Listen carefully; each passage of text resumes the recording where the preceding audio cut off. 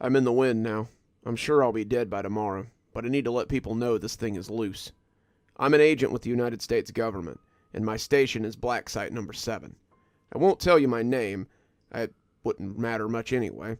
But this was not how I saw my life going. I spent 6 years in Iraq, signed up right after high school. It was nothing like the recruiter told me it would be. I spent 8 hours in the blistering heat. I hauled my fair share of comrades out of firefights, and I saw a lot of crap out there that would make an ordinary person go crazier than I might be. I've had a camel spider crawl on me while I sleep. I watched friends I've known since basic get decapitated through binoculars, burned houses full of insurgents and civilians to rubble, and a lot of other things I really don't like to talk about. When I was done, they gave me my papers, thanked me for my service, and sent me home. I know I have no right to complain. Many guys didn't make it back. But home was worse. I'd spent 6 years in an active combat zone, and now I was just, supposed to come home and go back to civilian life? I spent 3 months in the civilian world. 2 of those months were spent in crappy apartments because my parents couldn't handle the night terrors and the jumpy Marine that their son had become. Every car horn, every barking dog, every firework rattling in the street had me reaching for my gun or breaking into a cold sweat when I couldn't find it. Before TJ found me, I was honestly considering killing myself. Then one day, he was just at my door with that big shit-eating grin he'd always worn in the desert. "You look like hell, Hoss. Let me get you some pancakes. I got something I want to discuss with you." TJ was my platoon leader in the sandbox. They called him the comedian because he was always smiling, always cracking jokes. He was a functional sociopath. I guess most of us were. I always admired his ability to laugh in the face of the messed up stuff we did. TJ is not his real name, clearly, but since he's still in this crap and I've left it behind, I figure the best I can do is not remind them that he's why I'm here. So he took me to breakfast. In the back of a crowded Denny's, he laid it all out for me.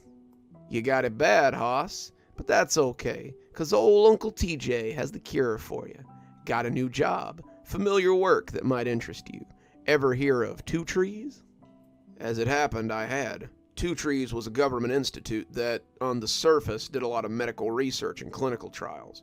Underneath, though, they did wet work, and anyone who was involved in covert ops knew about Two Trees. We'd worked with them a few times in Iraq, and their guys were spooky, to say the least.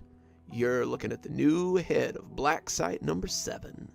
I furrowed my brow at him. "Congrats. Should I know what that is?" "Of course not. It's a closely guarded government secret. Two Trees is paying me a small fortune to keep it that way. Problem is, I need someone to curate the site for me. Someone with military training, experience with firearms, and a need for some normalcy. Know anyone that might fit that bill, Hoss?" I knew what he was asking, but I didn't think I was the one he was looking for. I hadn't found work in 3 months since I'd been back, and most of that was because I couldn't settle into anything. I was constantly jumpy, constantly on edge, and that makes it hard to find work. No one wanted you doing security work or minding a gas station when every backfiring car was an enemy combatant. What would happen if I had an episode in a government facility of all places? I shook my head. "Thanks, but no thanks. I don't think I'm fit for duty the way I am." "Yeah, I thought you might say that." He pulled a metal tin out of his front pocket and slid it across the table. "Your medical file reads like a bench work for PTSD, night terrors, irritability, being on edge, those irrational bouts of anger that got you thrown out of your parents' house." I felt defensive. "How did you know about that?" "You'd be surprised what my level of clearance will get you. The therapist records were about as hard to get as a beer at a gas station. Well, I got a little present for you, Hoss. Welcome to the rest of your life," he said, tapping the outside of the silver case. The case was about as big as an Altoids tin. There were no markings on it, no filigrees or needless ornaments, and it had the distinctly surgical look that you usually see with military tech. I slid my hand towards it, but I didn't seem to want to touch it. Every sense I had told me to walk away right now, not to touch that thing, and just walk away from this unassuming little case.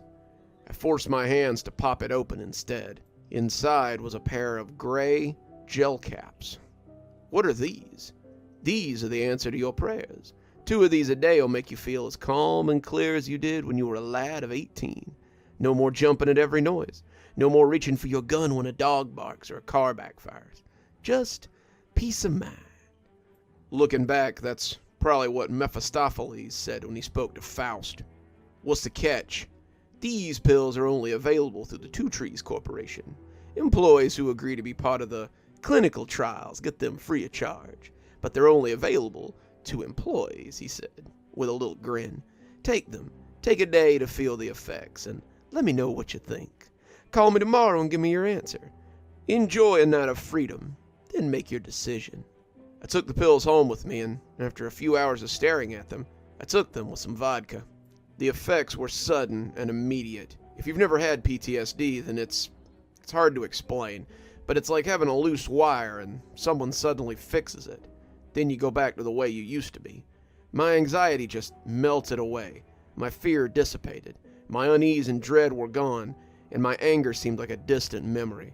I was sitting in my crappy apartment, surrounded by the trappings of my depression and my anxiety, and suddenly, I felt like I had before I boarded that bus in 2003 and headed out to basic training. I was finally comfortable in my own head.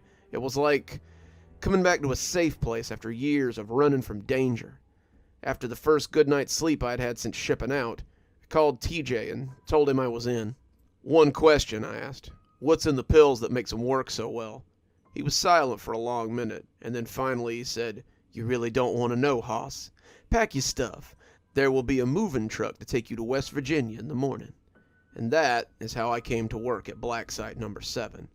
I must have looked like a junkie by the time I pulled up in front of my new house. I didn't have much. The truck had taken all 4 boxes into the deep woods as I followed in my old compact. The journey took me about 16 hours, and by the time I got there, I was starting to feel the anxiety creep back in. I became angry at how slow the truck was going, afraid that this whole thing was a trick and they would kill me. By the time I arrived, I found myself wanting to die, hoping for death, so I could return to the quiet that had been in my head before. That was when I saw TJ standing at the gate of what looked like an old military checkpoint. He flashed that knowing smile and handed me another silver case. I dry swallowed the pills without a word and felt the inner peace worming its way back into my brain. Then he showed me to my new quarters. It was a little bunk room with a bed, a kitchenette, and a locker for my clothes.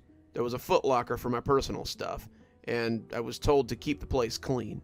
I would be responsible for the site and its security. TJ showed me a terminal off the bedroom for monitoring and camera feeds. The compound had cameras all over the place, but I appeared to be the only person here full-time. The site's mostly for storage these days, but it's what we get up to here at night that may interest you. That's why you're here. I need someone I can trust to watch this site 24 hours a day, 7 days a week. 4 times a year, you'll be relieved for a week of R&R somewhere. But other than that, this is your world, Hoss. That didn't bother me. I had no problem being alone after 3 months of people. What I was curious about was what I would be doing out here. What am I looking at exactly? TJ pointed at the 3 buildings on the camera. Truck comes twice a week. Let them through the gate and don't bother them. They'll take what they need from the building and won't bother you either. Keep nosy people out. Lethal force is authorized, and don't ever go in there, or I'll have to show you where Black Site 8 is, he said with a smile. The smile didn't make it to his eyes. Don't worry about being vigilant, though. If anything bigger than a mouse moves out there, the alarms will let you know about it right away. He told me that my food would be delivered once a week, mostly MREs, and I could order anything I wanted from the terminal in the living room. There was a workout yard near the second building, and I could move through the woods if I chose, as long as I took my phone with me so I could get alerts from the console. By the way, hand me your phone, he said. When I did, he put it in his pocket and handed me a new one. That's your new phone. I'll take the keys to your car, too, and put the money in your account. This is your life now, Hoss, so don't take this job lightly. If you leave the grounds, we'll know. If you try to update social media or try to tell anyone on the outside about what you've seen here, we'll know. If you want to get married or feel like you need out, arrangements can be made after your first 5-year tour. As far as anyone is concerned, you no longer exist. Don't be stupid. Put in your 5 years, and we'll reassess your position then. He grinned again and punched me in the arm. And lighten up. This will be the easiest 5 years of your life. From that point on, I was an employee of Two Trees. TJ had been right. The first 5 years flew by. I lived on the site, spending my days working out or watching TV. I played the latest video games and watched the newest movies. Twice a week, as advertised, a truck rolled up and honked. I would check the cameras, open the gates, and they would do the rest. They would honk when they were ready to leave, and I left them alone. The trucks always had the Two Trees logo on them, and they never popped in to give me any crap, and I never went out to give them any. I never tried to get into the warehouses. I'd been a soldier long enough to know how to check my curiosity, and the scares were minimal. The food kept coming, the pills kept coming, and kept me in the right mind, too, and it was pretty peaceful, all told. The alarms, to my knowledge, only went off 3 times in that first year. 2 of those times, it was a deer who had wandered too close. The first time it happened, I had slunk out in a panic, service pistol in hand and boxer shorts flapping. As I rounded the first warehouse, I drew down on a very surprised doe who darted away before I could draw a bead on her. It was kind of a special moment for me. I had never seen a deer up close, and as it ran away, I was glad I hadn't shot it. The third time the alarm went off, it was a person, though. It was the first person I'd seen in 3 months. I'd been sitting at the console one night watching the latest Marvel Avengers movie. I think it might have been Infinity Wars, when the alarm went off. I paused the movie, expecting to see a deer or a rabbit on the monitor. My eyes went wide, though, when I realized it was a person. He had a crowbar. He was attempting to pry the door open. He must have come out of the woods, because if he had driven up, I would have known about it sooner. It had been 3 months since I'd seen another person. The last one had been Agent Daughtry, who'd come to relieve me for a week of R&R in September. The idea of seeing a person not connected with Two Trees made me feel weird. Even when you were on R&R, you went to a company resort or a company place full of company people. This stopped you from getting a little too drunk and talking about all the stuff you did for your country. It was a great idea, but it meant you had nearly no interaction with civilians. I took my pistol out and crept up on him in near silence. When my foot came down on an extra crunchy stick, he turned his head and noticed me. He raised the crowbar as if to attack, and the rest was instinct. The gun went off without me having even spoken to him, reflexes taking over and dropping the threat before it could become a real danger. His left eye popped like an overripe fruit, and he fell down on the hard December ground. I called TJ, and he and some of the other men in suits came to assess the damage. "You did just right, Hoss. He was a threat to the facility and needed to be put down. Don't think for a minute that this reflects poorly on you." "What will you do with him?" I asked. TJ smiled. "Immediate disposal, Hoss. Think you got the stomach to help us?" I found that I did, and once he was doused in gasoline, we set him ablaze at the edge of the property. They gave me a week of R&R for that, and when I came back, TJ must have decided that I was worthy of being brought in on certain things. The alarm went off about a week after I'd come back from R&R, and I saw a black car rolling up the front gate. TJ stepped out of it and waved as it stopped in the concrete roundabout, other men getting out as well. I slid my shoulder holster on and went out to meet him. It was 11 p.m., and a visit this late was highly irregular. As I approached the vehicle, 2 guys in suits were bringing a man with a bag on his head out of the car. He was wearing scrubs, his hands bound behind his back, and I could hear him crying beneath the black hood he wore. I looked between them, waiting for an explanation, and TJ threw an arm around me and walked me towards the spot where we had burnt the trespasser. "Hoss, I think it's time that we bring you in on the second reason for black sites. You see, sometimes Two Trees has assets that need to be eliminated. The black sites are often used for this purpose. It's always the responsibility of the site's caretaker to carry out the elimination. Fringe benefits, I suppose you could say." "Why wasn't I told this before?" I asked, feeling indignant. "I'm no murderer." "Oh, well, those combatants in Iraq will be glad to hear that, won't they?" he said almost snidely. "That was war, TJ. This is murder. Think of this as war too, Hoss. These people are enemies, and they need to be eliminated for the good of the public safety. It's part of the job, Hoss, a part I know firsthand that you're capable of." They put the man on his knees in the middle of the burn spot, and I could hear him praying under that hood as we stood around him. "Put him down, Hoss. That's an order," TJ said. "And if I won't?" I said, looking at him icily. The 2 men on either side drew their guns, and TJ grinned. "Then I'm afraid that these men will have to execute both of you. Come on, Hoss. Don't throw this away over some nobody. He's no different than the man outside the warehouse." Looking back, I kinda just wish I'd let them shoot me. But I guess if I had, you'd never know about any of this. Instead, I drew out my gun and put a bullet in his skull, glowering at TJ as his buddies put their guns away. "You made the right choice, Hoss. Who knows? You might not have to do this more than a dozen times in the next 4 years." On that note, he was wrong. I executed an asset a month after that. They were mostly people in scrubs, people in lab coats, doctors, researchers, people who had likely tried to steal from whatever facility they worked at. They were men, women, old men, and scared 20-somethings, I never bothered to learn their names. They were just assets that needed to be eliminated. I became kind of numb to the process. We burned them afterwards. Gasoline and fire made it like they were never there. The spot near the edge had a charred look to it for a while after that. At the end of 5 years, TJ came to see me and asked if I wanted to re-up. What happens if I walk away? I asked. I was eating dinner when he came by, and he had sat down to have a plate of fettuccine with me. Given my free time, I had learned to do a good number of things that I couldn't before.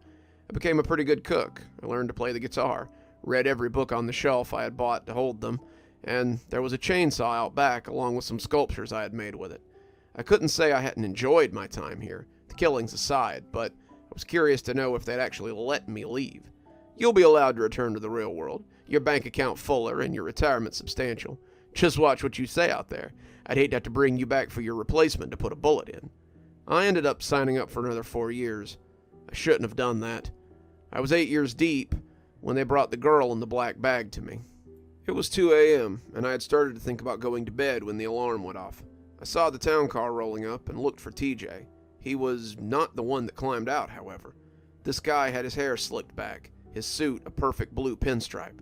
He didn't wave at me, and I felt a sense of dread as I grabbed my gun. Somehow I expected TJ to be under that bag this time. The man's name was Stein, and luckily he did not have TJ under that bag. What he did have was a kid with a thick black bag over their head. I couldn't tell at first if it was a boy or a girl. They were dressed in baggy clothes, Salvation Army rags that a homeless guy would be embarrassed to wear, and they were crying loudly under their hood. 2 familiar men had the kid, and they both looked stoic about the whole matter. Stein didn't say anything, just led the procession over to the charred spot and put the kid on their knees. When he didn't take the hood off, I did it myself. He winced, but he didn't stop me. This was my place, my job, and I had garnered a reputation for being a professional, a reputation I was about to ruin. The bag came off, and the little girl's tear-streaked face came into view in the harsh fluorescence. Her hair was cut short, dirty blonde, and her face was covered in bruises. Her nose looked broken, her lip split.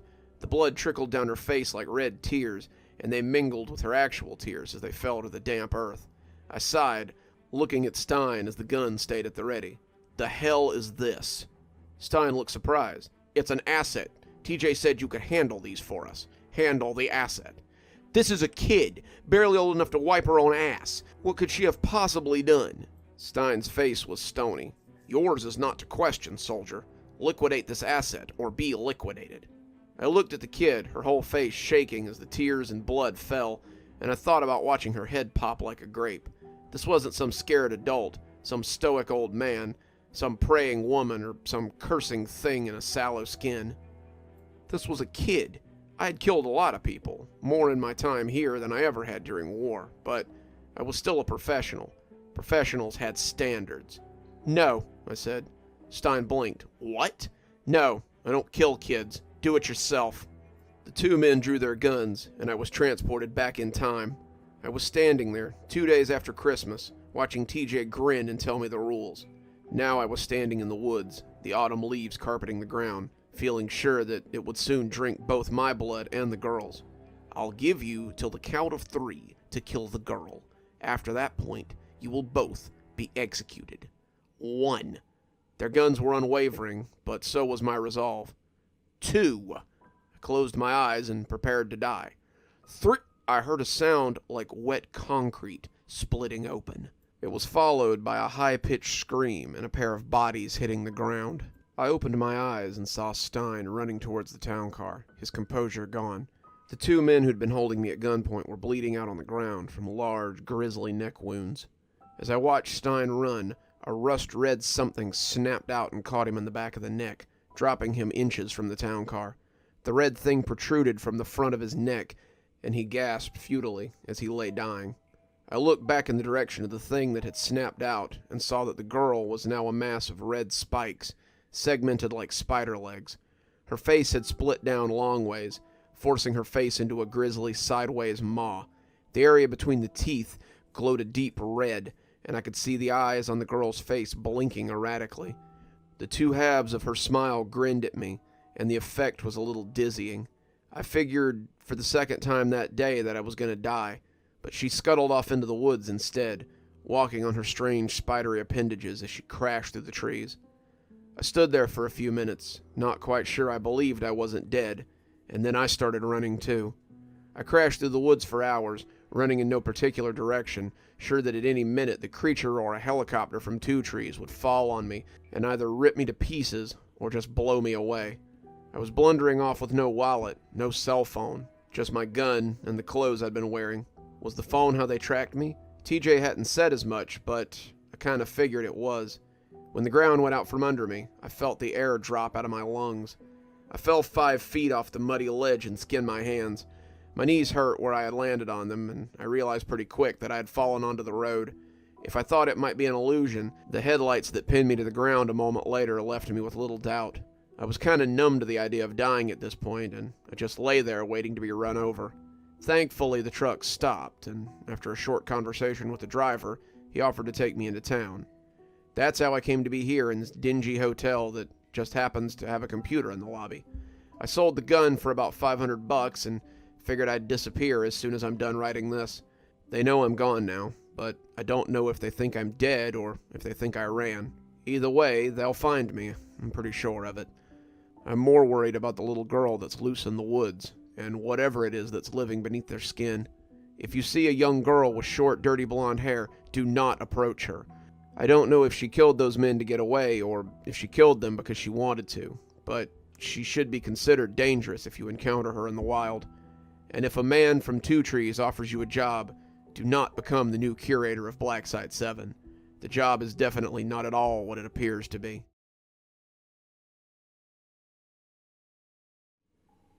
We recently moved into our new house. It's perfect, just the right size for our family, but it has a strange problem with the drains.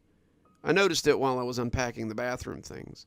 I turned to discover that my husband hadn't flushed and pushed the lever to send it down the drain. When I did, I discovered that the sinks burble whenever you flush the toilet. Nothing too jarring, but it scared me a little when I first heard it. The sink burbled and bubbled, making a noise deep in the drain as it cleared the water. My husband laughed it off when I mentioned it to him. "It's an old house, dear. The pipes are on the central line that feeds into the septic tank. No one has used them in a while, so it's probably just getting used to people being here again." I blew it off as a weird thing the house did and just went about my business. A week later, the drain started burbling when I took a shower, too. I overlooked it, though, not wanting to dwell on something I ultimately couldn't do anything about. This was the first place I'd lived with a septic tank. I'd always used city water, and I figured it was just something that happened when you used a septic tank. My husband barely seemed to notice it, so I assumed it was nothing out of the ordinary. After a few weeks, I had almost come to ignore it, until the whispering started. I was brushing my teeth one night, running the water as I always did, when I heard the burbling coming from the drain again. I had bent my mouth to the stream to get a mouthful of water, when I could have sworn I heard a burbling kind of whisper coming from the drain. It was barely audible, more like a gurgle than a burble, but as I listened, it almost sounded like words.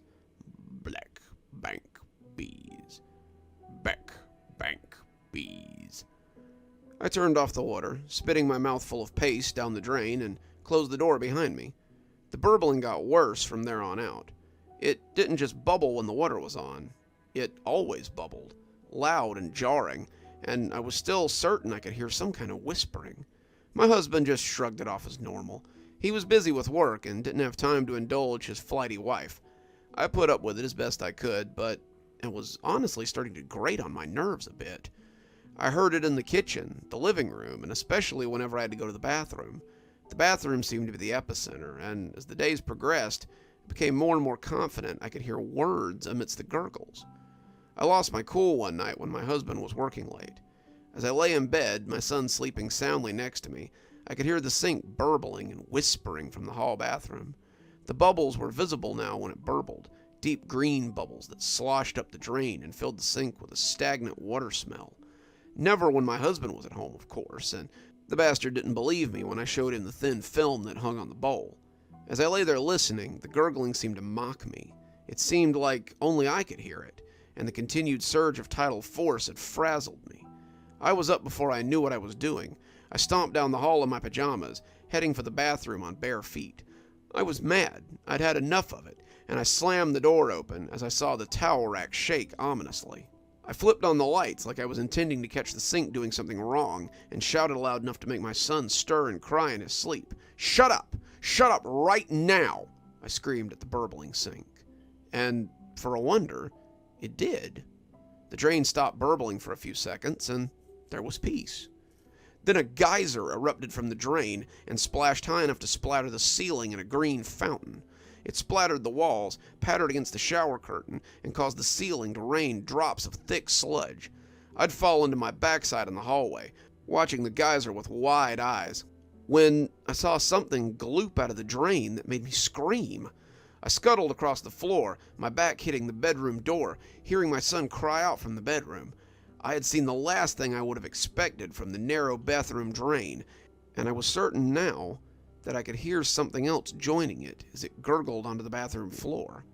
A hand of sludgy, green liquid that had pushed its way up the drain like an angry hurricane.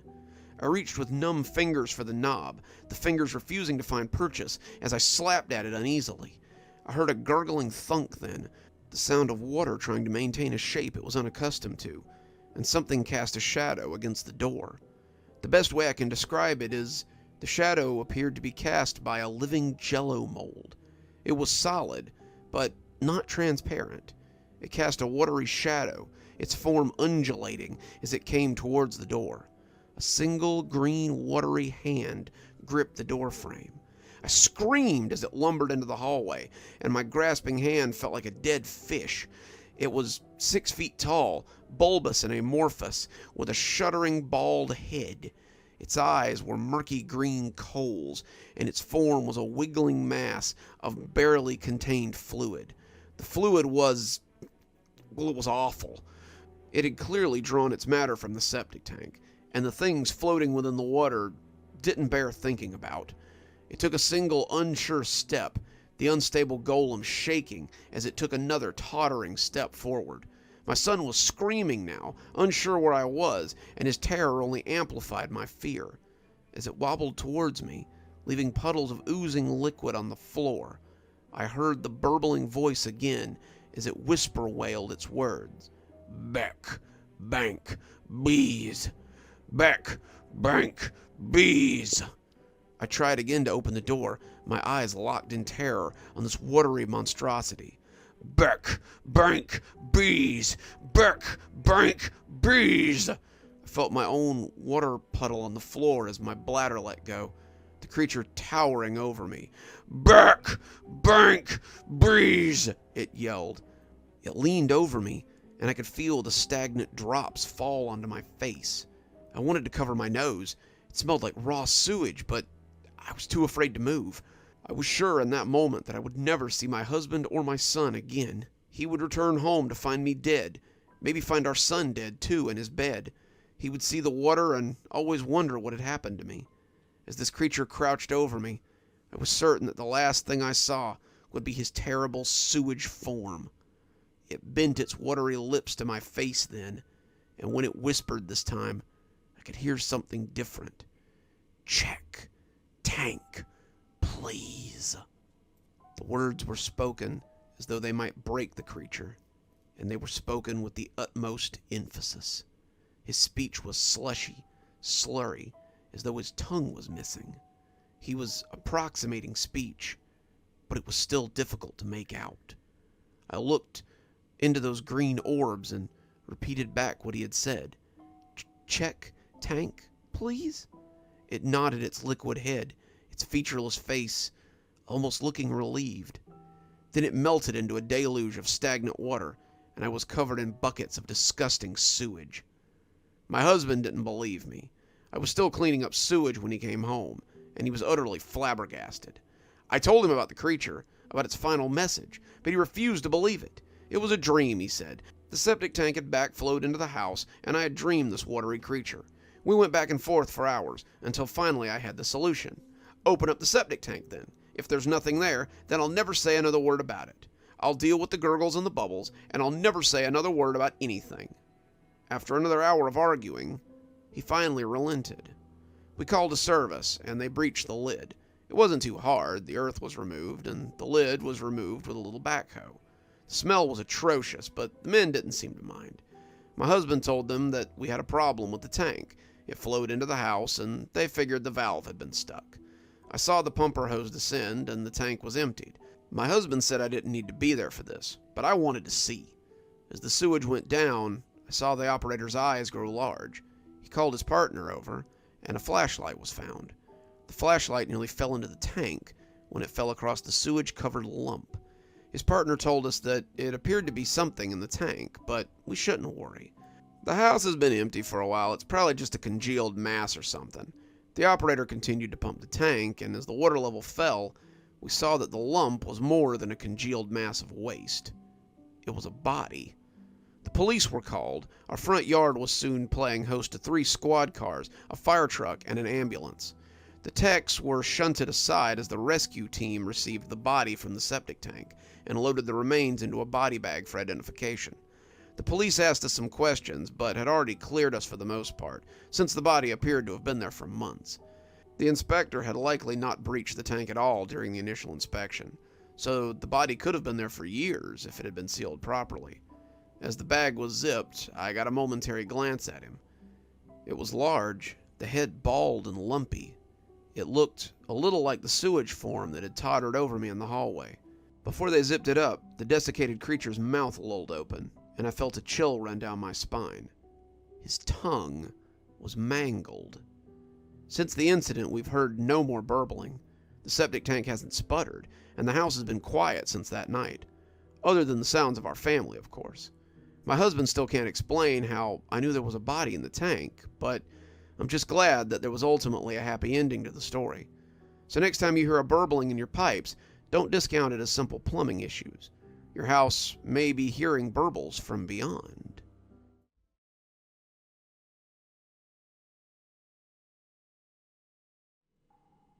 Detective Lance pulled up in front of the farmhouse, marveling at the way the corn rattled in the fields. The corn was wrong, he could tell that right away, and Lance could honestly say that he had never seen corn look that way. The husks were brown, the corn inside turning black as it rotted on the stalk. He had been impressed by the amount of corn surrounding the farmhouse, acres of skeletal stalks that made the farmhouse feel like an island in a dead corn sea. The police cars out front looked out of place in the dirt yard, and as he mounted the stairs, one of the rural cops came out to meet him. Lance was on loan from the nearby precinct, and the clock was ticking. He had about 36 hours to find anything that would lead them to 5 missing people. They needed his help in discovering what might have happened to the Murphy clan. "Bring me up to speed," he said, nodding at the man as he came onto the porch. He looked like any other state trooper, his coat trimmed in fur, his hat leaning into something more cowboy than law enforcement. He tugged a pack of smokes out of his pocket and lit one, the smoke curling up against the rafters of the porch as he assessed the big city detective they had called to help. Whatever he saw, he seemed unimpressed, and his smile was more than a little mocking. "Well, well, by all means, sir, let me fill you in on what us bumpkins have managed to turn up." He flipped open a spiral notebook and started flipping through the crumpled pages. Lance didn't much care for his tone, but he held his tongue as the trooper flipped through the notes. The county Mounties had been working the case for about a week, and had no idea what had become of the small farm family. The report said that the Murphys, 2 adults and 3 children, had suddenly vanished from their large farm. They'd also disappeared right around harvest time, leaving their cash crop in the ground. This made their sudden vanishing act all the more confusing, and Lance was eager to get his teeth in this one. Let's see. On October 23rd, their closest neighbor noticed the crops in the field had changed. They said it appeared that frost had killed all their corn overnight and just left it to rot. This was at odds since it had never gotten below 50 degrees on any given night recently. They came to check on the family and noticed that they were gone. Last time anyone could remember seeing them was on the 12th when they came into town to buy pumpkins for the kids. The children were out of school for the harvest, and they were getting ready to bring in the corn when they suddenly vanished. That's all we know, and that's why we called you in. I think the sheriff hopes a fresh set of eyes will prove useful. Have you found anything inside? No blood or bodies, if that's what you mean. We've found nothing to make us consider foul play, and no signs of robbery either. There's no reason at all that they should have left their house, and their vehicles are still there too. So, unless they walked out on foot with a kid under 3 and 2 under 18, We have to assume that they were abducted for some reason." Lance nodded, thinking over what they knew and adding it to the small amount that he assumed. With kids present, there was a pretty good chance that it had been a kidnapping. This was the Midwest, and it wasn't uncommon to have a whole family get picked up by traffickers, or worse. The location of the farm would mean that it would make it easy for them to disappear without notice. All the corn would mean that their crime scene would go unnoticed, even if they tried to run. They would likely never find the Murphys, not alive anyway, but Lance had to try. He was one of the department's best detectives, and he had a lot to live up to. "Show me the house. Let's see what I can find." "Alright, but we've pretty much gone over this whole place with a fine-tooth comb. I'm not sure there's much else to find." After an hour and a half of searching the scene, Lance feared he might have been right. The farmhouse had 3 rooms. One was clearly a bedroom.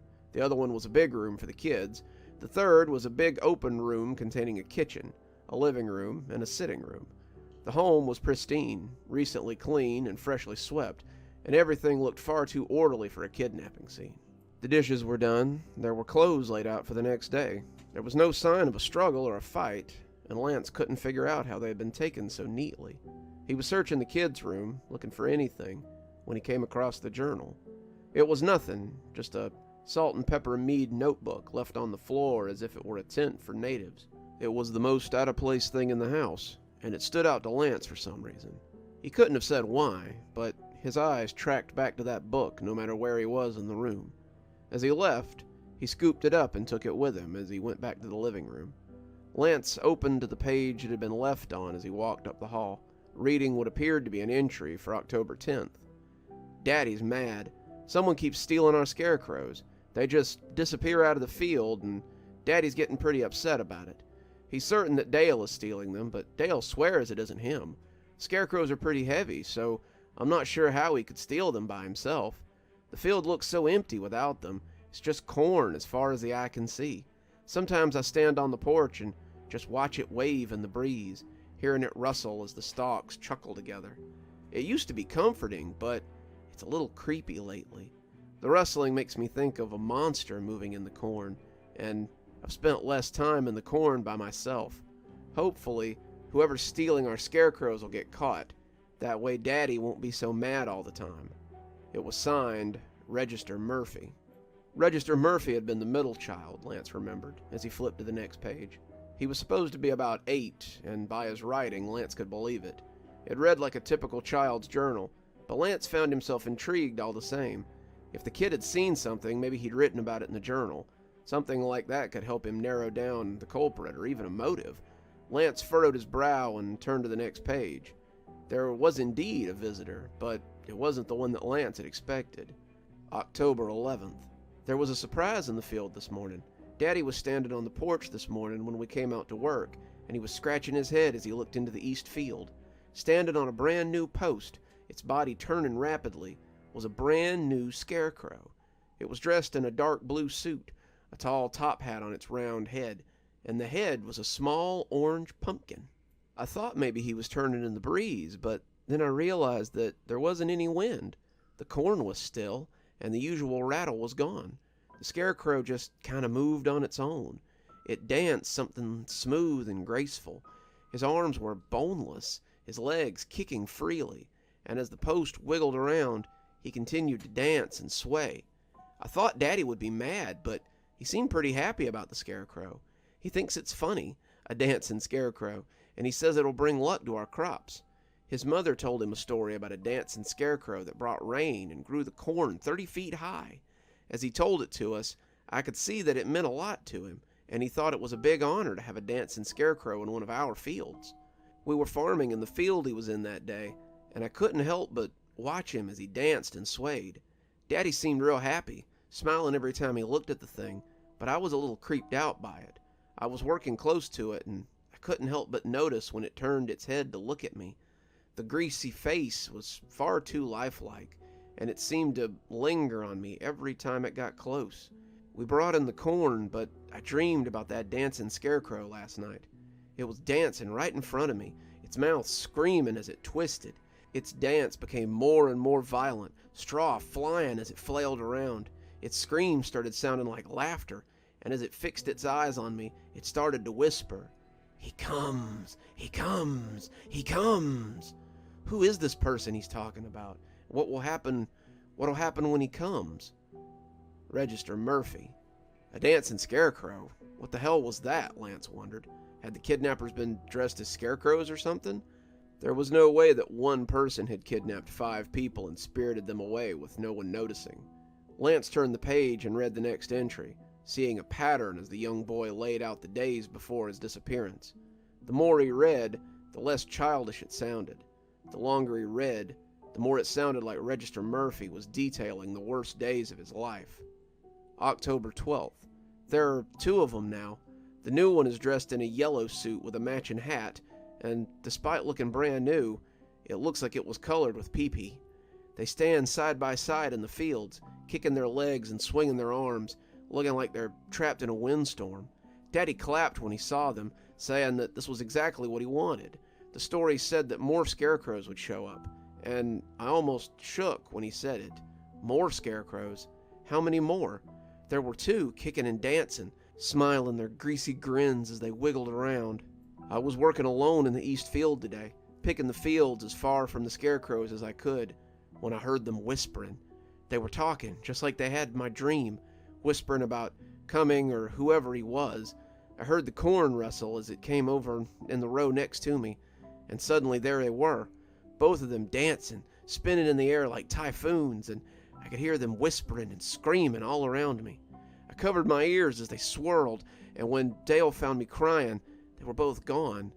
As I lay in bed that night, I heard them rustling amongst the corn plants, their bodies lashing wildly against the corn stalks, and the sound they made my skin crawl. October 13th. Daddy's gotten weird. When I came out to work today, he was talking to the scarecrows. There are 3 of them now, one of them in a blue suit, one in a yellow suit, and the newest one in a gray suit with a matching top hat. They were all side by side in the east field, dancing and swaying as they held Daddy with their black eyes.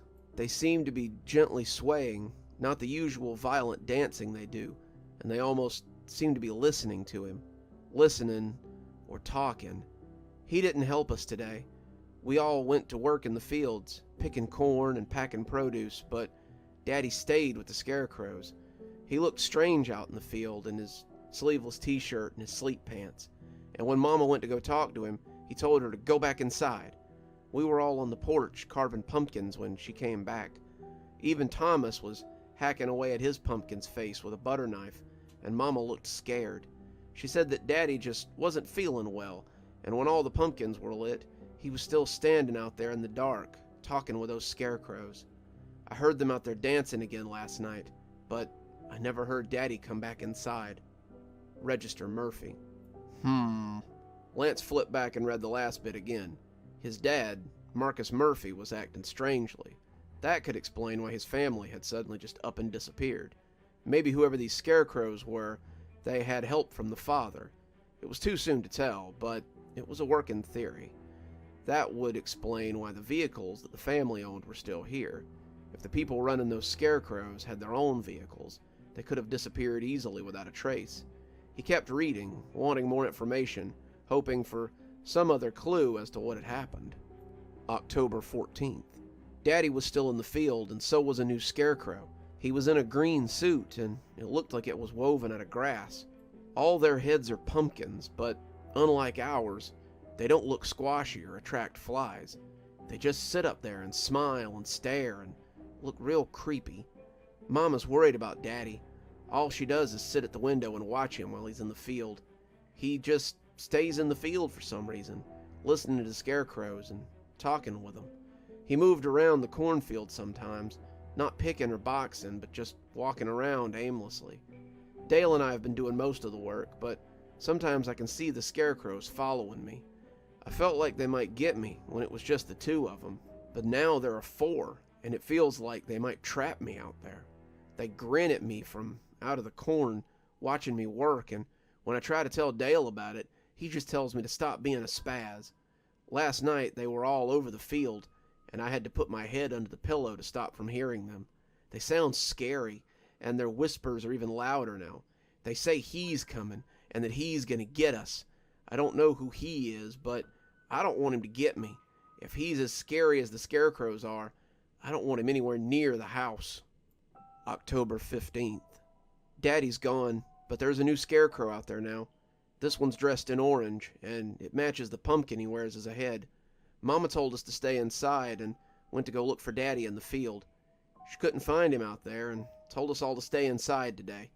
It started to drizzle a little, and while Thomas watched TV and Dale read, I sat by the window and watched the Scarecrows. There are 5 of them now, and each of them are dancing just like the others. The rain doesn't hurt their spirits at all. They sit out in the rain and dance and sway on their posts, rustling the corn and sending streams of water flying off when they crash against them. It's weird, I wouldn't swear to it, but they look closer to the house somehow. Like when Daddy stood out there talking to them, they seemed farther from the house. Now I can see the rain as it slides off their faces. They're not on the porch, but it feels like they're close enough to throw a rock through the window if they wanted to. Thomas doesn't like them much. He came to sit with me and he said they were scary. He says they came and looked in his window at night, and he always hides and cries until they go away. I never checked to see if they came to my window. Maybe tonight I'll stay up a little and wait to see. This was looking more and more like a case of psychosis. The father had a break from reality and had done something to his family. Whatever this dancing scarecrow nonsense was didn't matter. It was pretty clear that something was going on with Marcus Murphy. Something tickled at the back of his mind as he read, though, and Lance couldn't help but think about something a friend had been telling him about.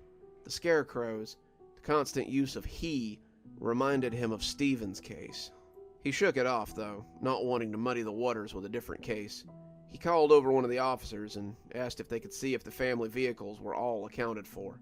He wanted them to check into places on the property where bodies could be hidden, like a well or an old drainage line or something.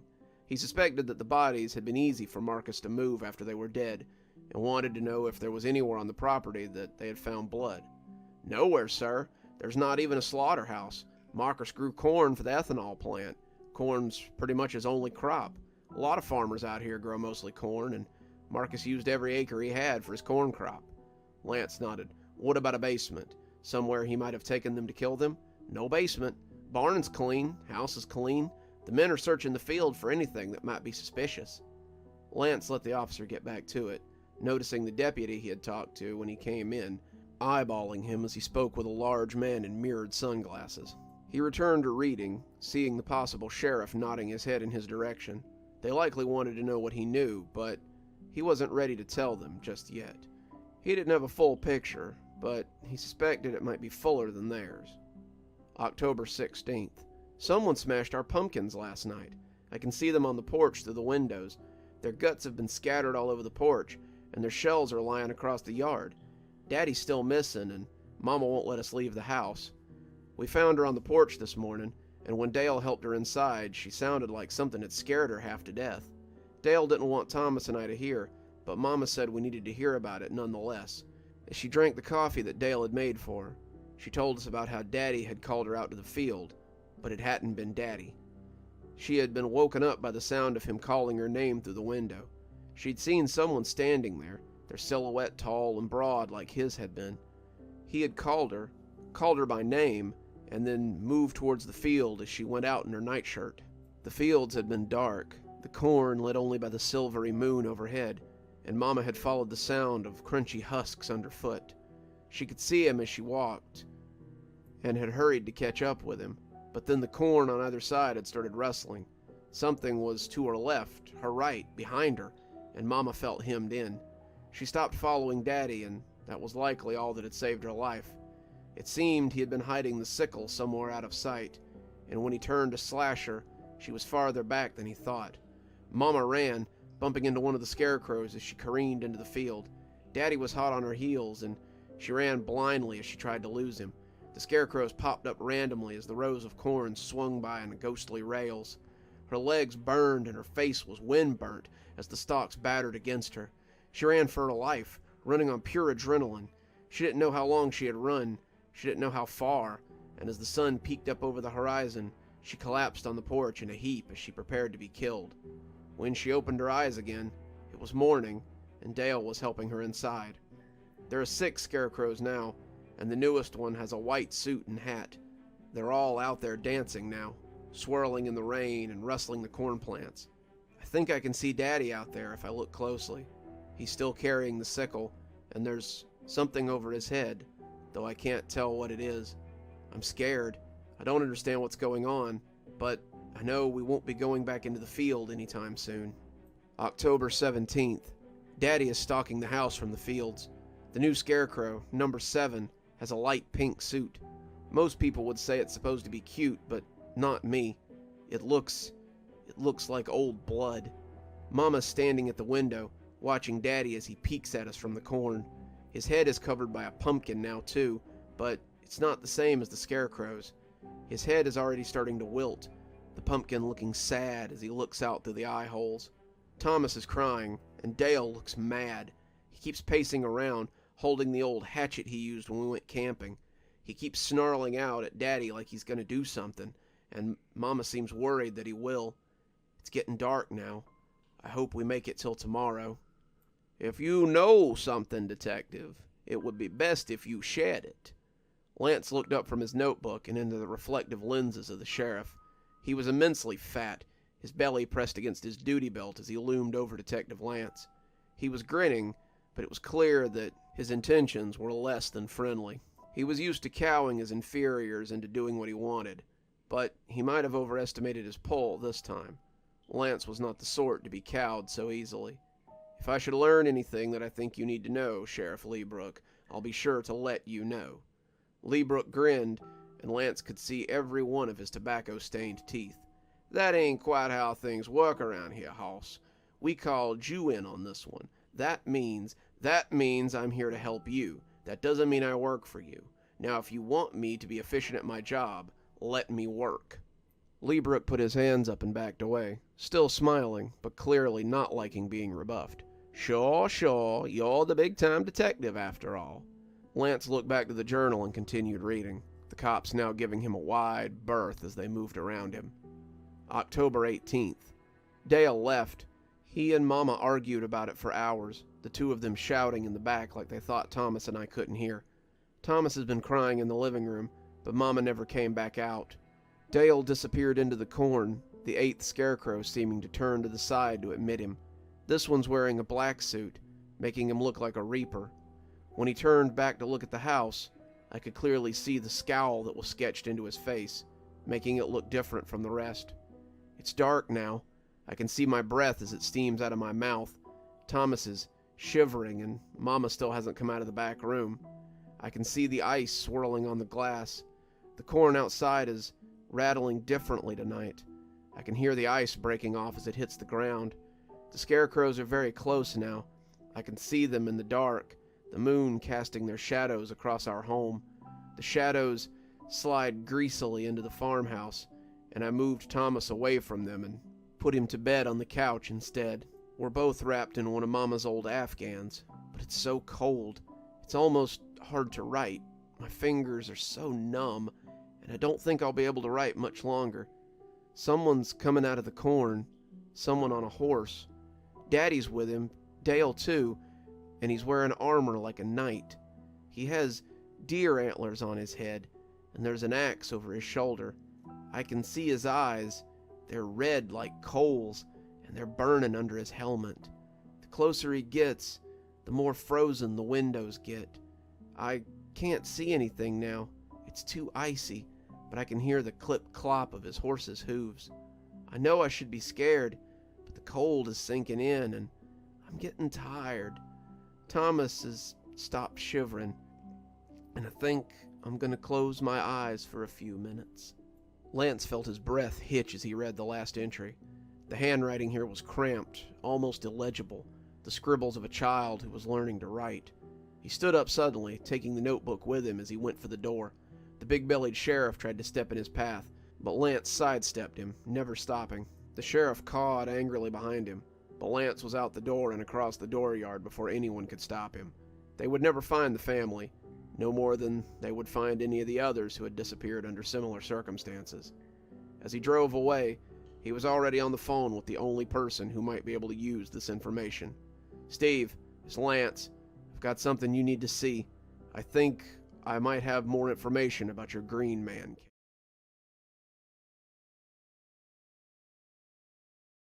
I've been searching for this tape most of my life. I've thought about nothing else since it was taken from me 12 years ago. As I sit in my grandmother's bedroom, holding the familiar red plastic in my hands, I feel a sense of inner peace. I know that my search is over, and that serenity can follow. Mr. Harzows Corner was a show that I watched religiously from the age of 4 to 6. It wasn't some mysterious TV show that I saw on basic cable. It wasn't some scrambled signal I got from a weird public access network. It was actually something I found at a church rummage sale. The box of VHS tapes was sitting on a little table with the words 5 for $1 scrolled across it in permanent marker. I had leafed through it and seen the usual church swap meet stuff. Winnie the Pooh, Veggie Tales, all the Disney movies with their cracked plastic windows and dirty fingerprints on the names. But nothing really stood out. I had selected a few Winnie the Pooh episodes when I found the dirty plastic cassette near the bottom. It had a lurid red body, the color similar to old lipstick, and a handwritten name on the front. The black magic marker name read Mr. Harzows Corner, and it immediately caught my attention for some reason. I picked it up and just looked at it for a moment. I had grown up in an age of strange cassette tapes. Nickelodeon put out the chunky orange cassette tapes that often had episodes of Rugrats or Wild Thornberrys. And even some of the VeggieTales cassettes were different colors, depending on whether they were holiday specials or not. This one, however, seemed odd right off the bat. The plastic just felt thick in my fingers, and I remember both wanting to put it down and never put it down again. Finally, after 10 minutes of just looking at it, I did put it down, and I grabbed 2 cassettes featuring episodes of Barbie's Dream House, a Nickelodeon cassette featuring the Rugrats, and 2 with handwritten names saying they were old Winnie the Pooh cartoon episodes. I brought them to my mom, and after looking over them, she nodded and gave me $1. I had taken them to Miss Wazowski, the cheery old lady who often organizes these rummage sales, and she put them in a plastic grocery bag and smiled at me as I walked to rejoin my mom. It wasn't until I got home that I realized there was a 6th tape in that bag, though. I had just turned on the VCR TV combo in my room when I realized there was an unfamiliar, yet very familiar red cassette tape at the bottom of the bag that had definitely not been there when I'd checked out. I picked it up and saw that Mr. Harzows Corner was scrawled across the front, and it was weird that I didn't remember picking it up at all. Instead of putting it back, I put it in the VCR and watched as the static began to clear on the screen. I had been intending to watch some of the Winnie the Pooh episodes, but the bag of tapes would sit forgotten for quite some time. Mr. Harzows Corner would be the only thing I really cared about for the foreseeable future. The show appeared to be nothing special. It was clearly a Mr. Rogers knockoff, but the Mr. Harzow character was strange, yet endearing. He looked normal enough, a slight blonde guy, taller than your average kids show host, with a corduroy jacket and a pair of battered jeans that covered the tops of his Reebok sneakers. The camera showed him coming into a normal living room, again very reminiscent of Mr. Rogers, and then greeting everyone with a big smile and a waving hand. "Good afternoon, boys and girls. And of course, a very special afternoon to children of all ages. Welcome to Mr. Harzows Corner. Know that I am glad to see you, and that I am always here, just for you." As it went on, Mr. Harzows Corner turned out to be nothing like Mr. Rogers' Neighborhood. Mr. Rogers often taught children life lessons about accepting people and being a friend, and lessons about how the world worked. Mr. Harzows Corner was more like having your own personal therapist inside your TV. Mr. Harzow taught no life lessons. He went on no adventures in make-believe. He just sat in his big easy chair with a cup of tea at his elbow and listened. First time I watched the episode, I was a little bit confused. After his greeting, he just leaned back and looked at me, smiling in a very strange way. His smile was warm, inviting even, but he seemed to be waiting for someone on the other end of the camera to begin talking. He just sat there staring at me, and I began to become a little creeped out. Even at 4, I knew it was a little bit unusual for adults to just sit there and stare at you. I remember reaching out to hit stop on the tape when suddenly Mr. Harzow cocked his head and seemed to speak directly to me. "Leaving so soon? I understand. Well, I'm glad you came to see me today. I hope you'll come again very soon." My fingers stopped over the button. Was he talking to me? It seemed like he had been, but this was just a VHS tape. This was an age before interactive tapes, and the idea that the VHS could talk to you was a little eerie, but also a little bit interesting. When he had spoken directly to me, I had remembered feeling a little sad that I was leaving already. He seemed like he understood, but maybe he was a little sad to see me go as well. I recalled my hand, and that big grin spread across his face again. "Changed your mind? I'm so glad. So why don't you tell me about your day? I'm sure I'd love to hear all about it."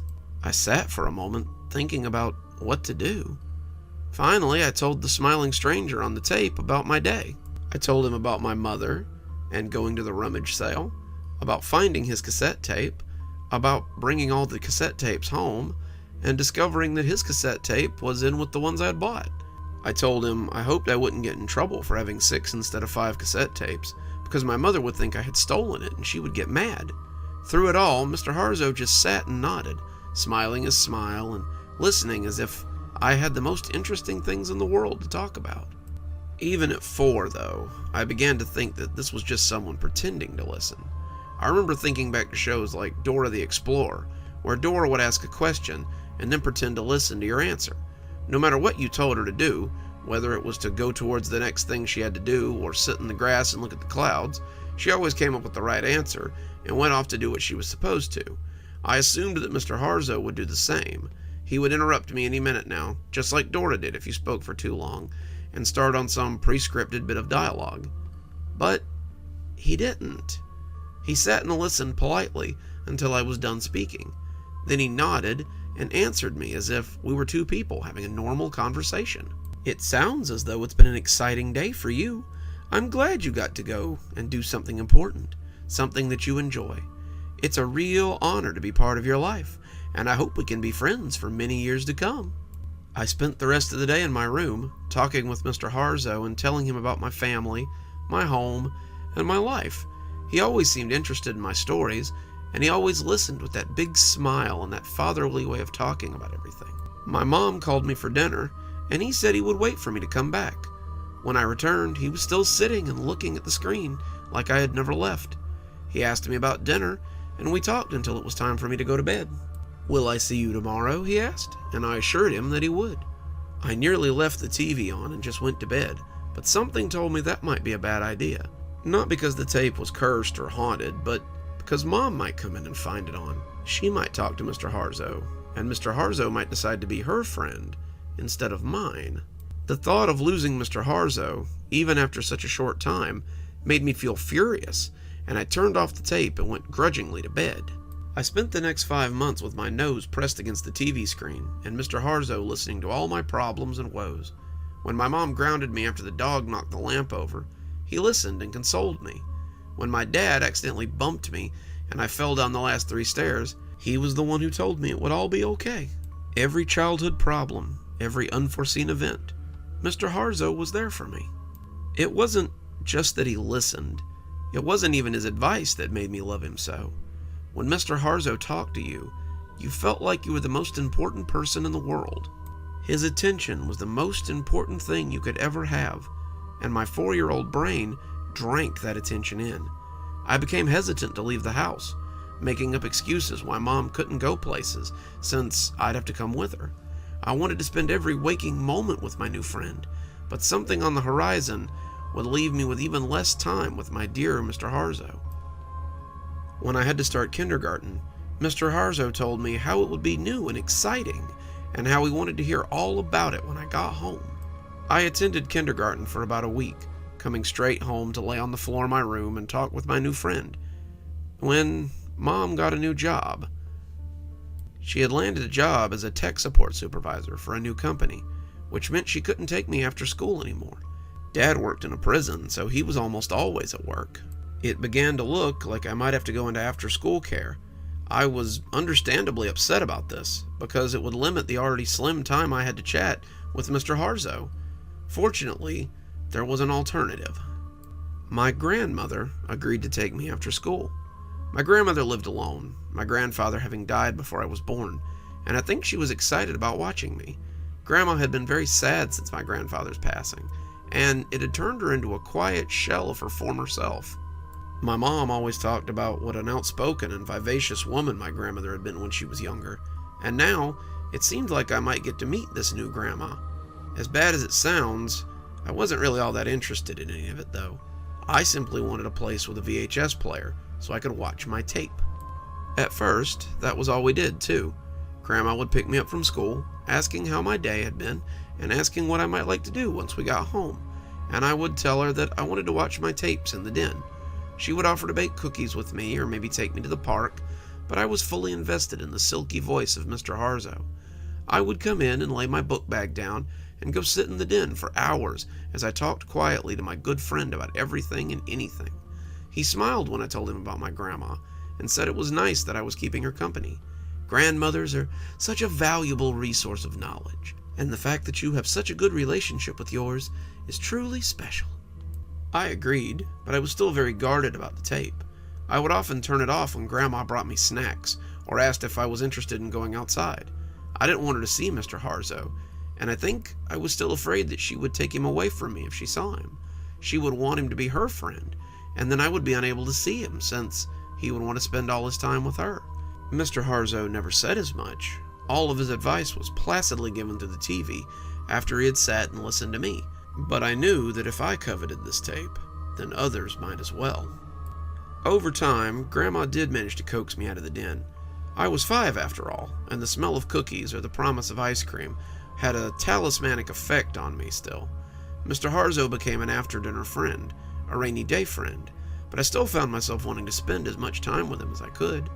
No matter what I was doing, playing on the swings or sitting in class or making cookies with Grandma or even sleeping in my bed, it seemed that I was thinking about Mr. Harzow. I would find myself hungry for any time I could get with him, and there were nights that I quietly whispered to him from the floor of my room as my parents slept not too far away. It didn't come to a head until I got careless at Grandma's house one day. It had been the best day my 6-year-old brain could remember. Grandma had taken me to the local carnival, more of a street fair than a regular fair, and I had done it all.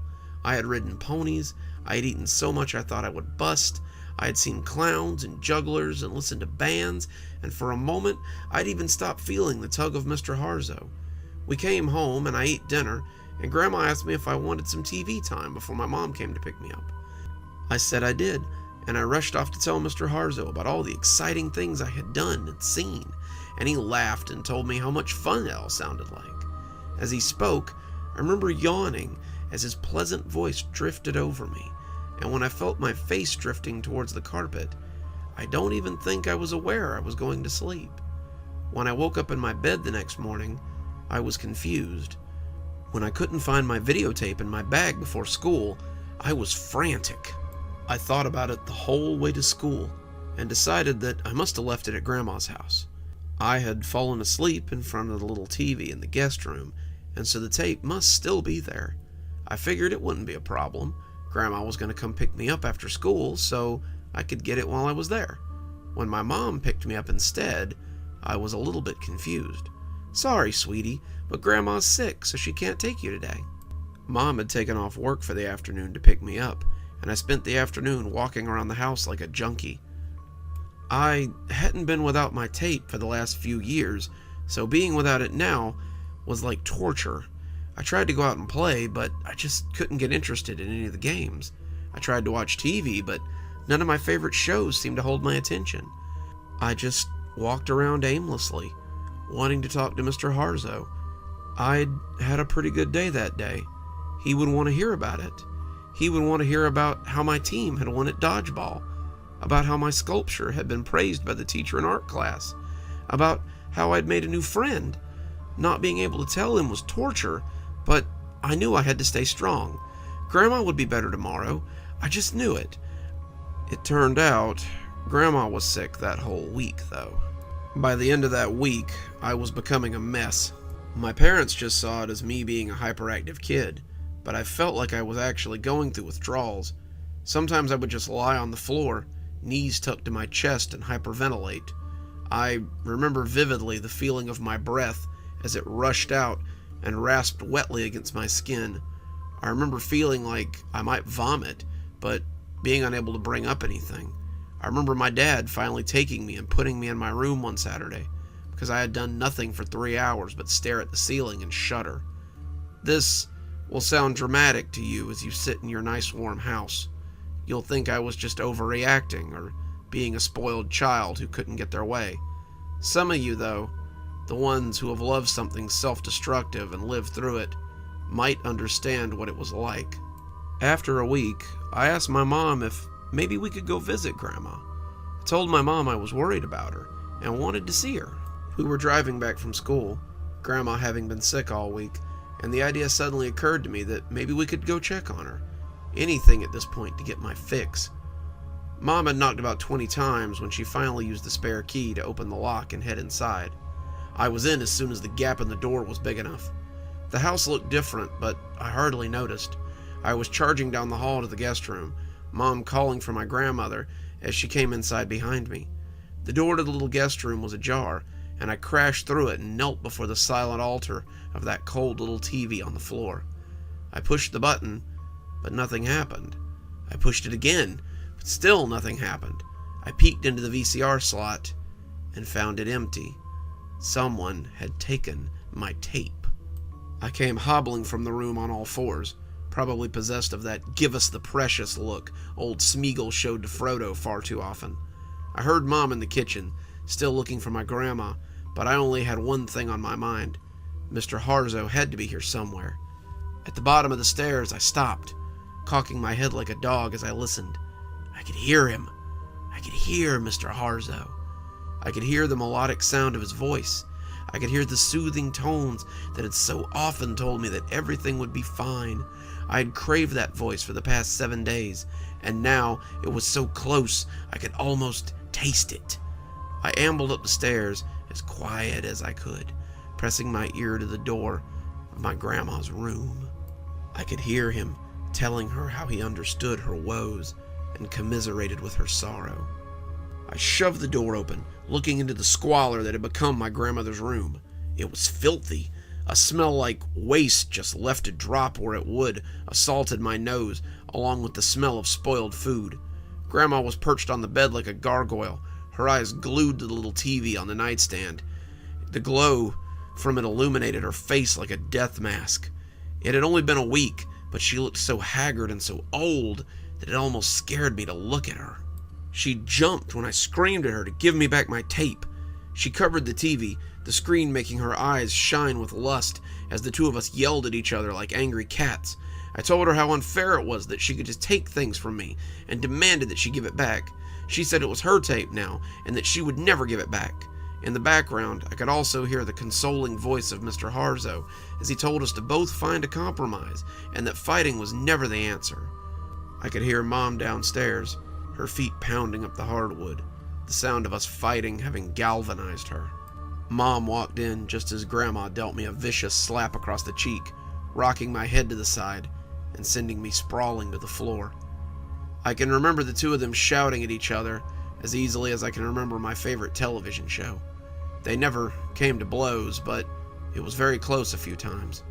Mom wanted to know just what the hell was going on. Grandma kept shrieking that she wanted us out, all the while clutching her murky television set. She said we were not welcome here anymore. She said she never wanted to see us again. She said that she would call the police if we didn't leave immediately. All the while, I could hear Mr. Harzow whispering for her not to do such a thing, for her to work out her problems, to reconcile with her loved ones. Far from making her see reason, hearing her voice only seemed to harden her resolve. Hearing his voice only made me want to bask in the glow of that murky television set all the more. Finally, we left, my mother weeping openly as she dragged me kicking and screaming down the stairs. That was the last time I heard his voice, for 12 years. You would say that after 12 years I might have forgotten about Mr. Harzow. You might think that after 12 years I would have surely moved on with my life. You might assume that I would find other hobbies and interests besides talking to a man that lives inside a VHS tape. You would be wrong. Dead wrong. When it became apparent that I couldn't get the tape back, I started searching. This was the early days of the internet, and I started furiously pursuing information online about similar tapes or similar programs. I didn't find much. There were a handful of people who were clearly just playing around, a few others who were trying to use the tape, and my obvious desire for it, to lure me into something terrible. Neither of these bothered me much, but the others showed me something I didn't want to see. Becky and Steven were two users I spoke to on a forum who believed they had actually come into contact with Mr. Harzow. Both had the kind of conversations with me that smack addicts likely had with each other. They spoke of their time with him lovingly, their words painting a picture of almost worshipful need. Becky said she had spent 10 years with Mr. Harzow before her mother had taken her television and thrown it out. She locked Becky in her room, and Becky had been forced to watch the truck come and take the TV, VHS and all away forever. Steven had a similar story, but his tape had been destroyed in a fire when his house had burned to the ground. That was 2 years ago when I found them, and I had no idea how much they would affect my search. About a year after meeting Steven, he stopped talking altogether. Becky and I assumed that something must have happened to him. He had been teetering lately, rolling in the memories of his time with Mr. Harzow like a dog rolling in a smell it likes, and he had been talking about self-harm a lot. When he didn't sign on for about a week, Becky and I assumed he had finally had enough of dwelling on something that he couldn't have. His last message read, "I'll be with him soon." Becky, on the other hand, saw an opportunity that I never would have foreseen. She had been asking a lot of very loaded questions about where I lived, and more importantly, where my grandmother lived. You see, Grandma was still alive, even after 12 years of living under Mr. Harzow's watchful eye. No one had seen her, no one had heard from her, and she just sort of lived off her retirement and her slowly deteriorating house. I had walked by a few times, trying to find a way inside while she was away, but she never left. Her groceries were delivered, her mail spilled from her box, and she simply existed inside her crumbling tomb. I saw what Becky was after, and refused to tell her where she could find my tape. Becky, it seems, was more resourceful than I had thought, though. About a week ago, Mom got a call that Grandma had died. The police told us that someone had broken into her house, probably thinking it was abandoned, and found her in her bedroom. The two had fought, and despite her age, Grandma had strangled them to death. Her heart, however, wasn't quite as strong as her hands, and she had died with her fingers pressed into the flesh of the intruder. The intruder had been identified as Rebecca Smythe, a resident of California, who seemed to have driven 800 miles just to break into my grandmother's house. It seemed that my internet friend had finally pinpointed where my grandmother lived, and it had been the end of her. The night after the funeral, I made my move. I broke a window around back, we no longer had a key to the house, and made my way through the unfamiliar squalor. The house was a wreck, junk and garbage piled everywhere, and when I finally found the stairs, I breathed a sigh of relief. They were sagging, the wood groaning as I walked up them, but they were still intact, and my prize was within reach. The TV was on the nightstand, its soft glow illuminating the bed where Grandma had breathed her last. The tape sat in the murky light, like a red invitation or a jolly splash of blood. I've been holding it, feeling its red plastic in my fingers for nearly an hour, as I contemplate whether or not to slide it in. It's not a question of whether I will or not. I have missed Mr. Harzow desperately for the last 12 years, but I wanted to take down this story before I give my life back to him. You may think this is his fault somehow, but I cannot blame him for what has happened. He told my grandma on that long ago day to reconcile with us. He never told me to hurt anyone. He never told me to be unkind to anyone. I think that's why people seek him. When Mr. Harzow speaks, you feel as though he speaks only for you. He accepts you, no matter what, and that kind of power is intoxicating. The TV accepted the tape in just the same way it always had, and now he's smiling at me and welcoming me back as an old friend. I think I'll go speak with my old friend for a while. I think I'll go speak with him for the rest of my life.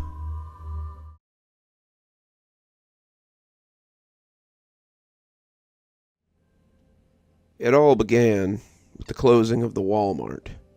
The Walmart was not the catalyst for the death of Edan, but it was the final death throes of a dying town. Edan had never been what you would call a bustling city. With a population that topped out at about 75,000 in the mid-80s, the city had undoubtedly seen its heyday. The coal mine had finally panned out in '95. The calculator factory had likewise played out in 2002.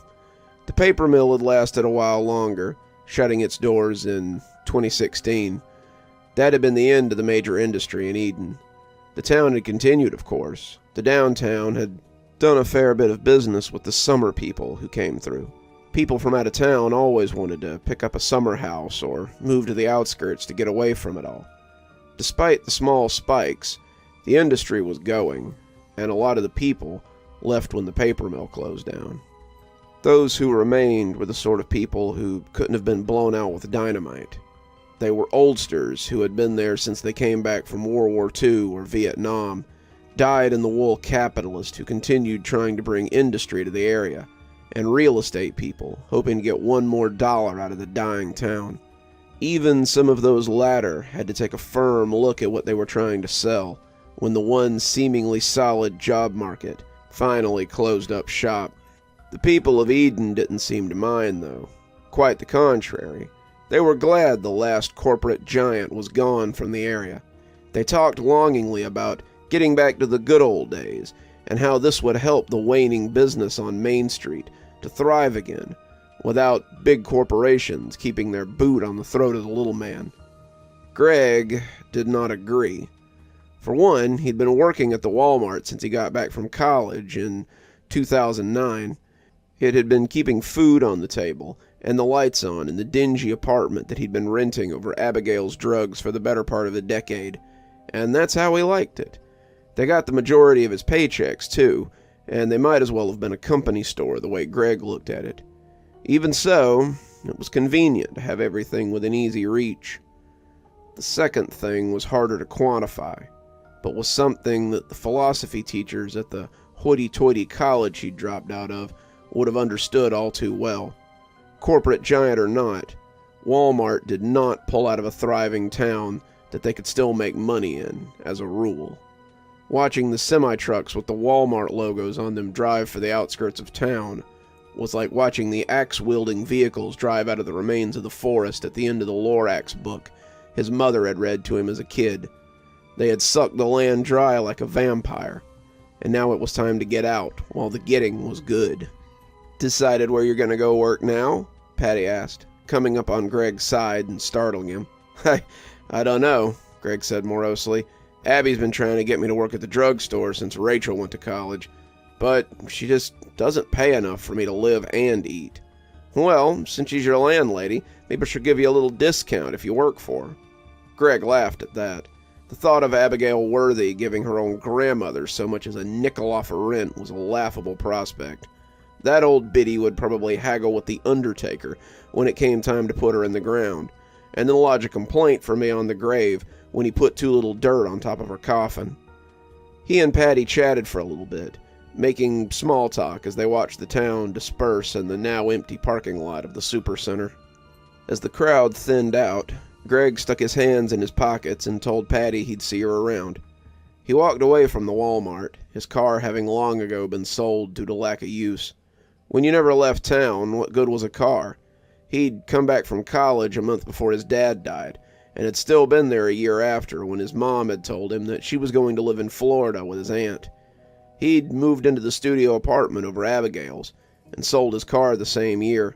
The little hatchback had been great when he'd been putzing around Burbank, but now that everything was in walking distance, it seemed as useless as tits on a boar.